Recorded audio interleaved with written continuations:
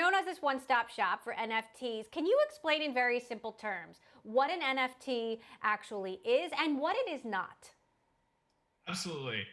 Thanks for having me on, Emily. So NFTs is just one of the things that Alchemy powers. An NFT is basically this idea of owning something in the digital world.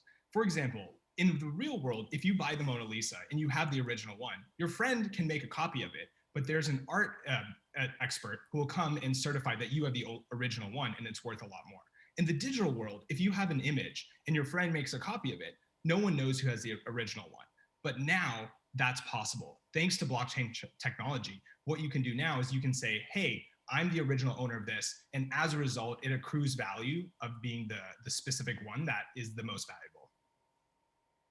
So we know that Jack Dorsey sold his first tweet for $2.9 million, even though you can still see that tweet on Twitter. Of course, there was the CryptoPunks artwork by Beeple, sold for $69 million. That said, the NFT market has gotten a little quiet over the last few weeks. What do you attribute that to, and what do you think the trajectory actually is?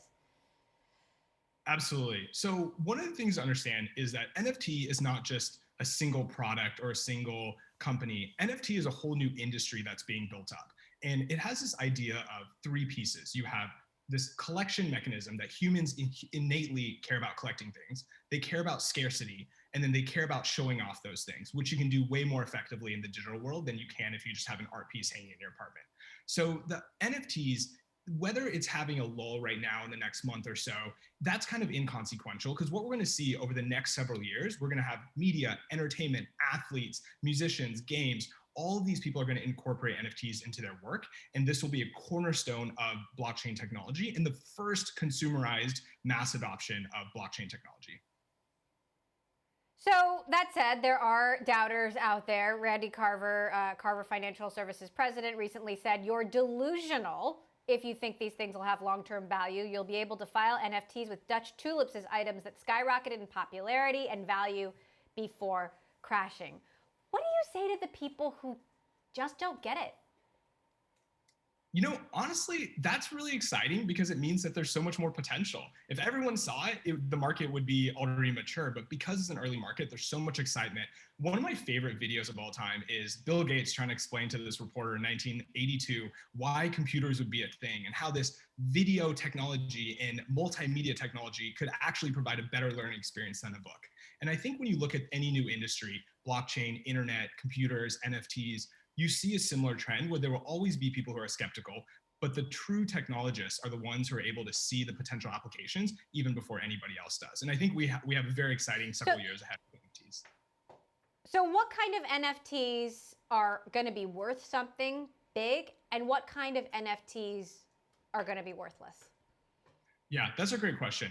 I think a good analogy here is looking at Beanie Babies. So Beanie Babies were definitely something that was very exciting. You know, in my childhood, my sister saved all the tags on her Beanie Babies. They're not that popular now, but this idea of collecting as a human inbuilt nature is something that's very prevalent even today, right? So when you look at any single NFT, is NBA Top Shot, which has sold over $500 million, going to be popular in 10 years? It's very hard to predict, but will artists and musicians be doing things in the real world that tie to NFTs? 100%. So it's very difficult to predict, but a lot of exciting things in the future. Now, one of your investors, Coinbase, going public next week. How does that legitimize the crypto sector in your view, and what sort of has to happen in order for some of these ideas and obviously currencies to become more mainstream?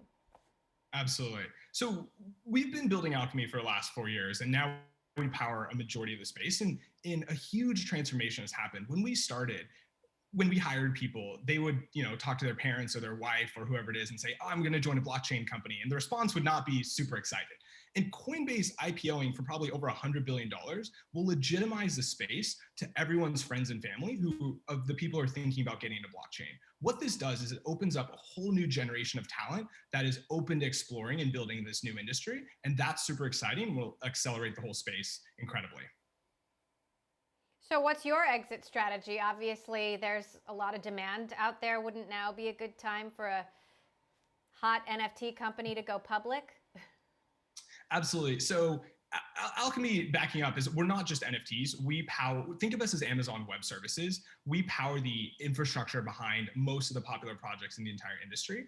And NFTs is one exciting category. We will go public someday. I don't know if it's going to be next week with Coinbase, but sometime in the future.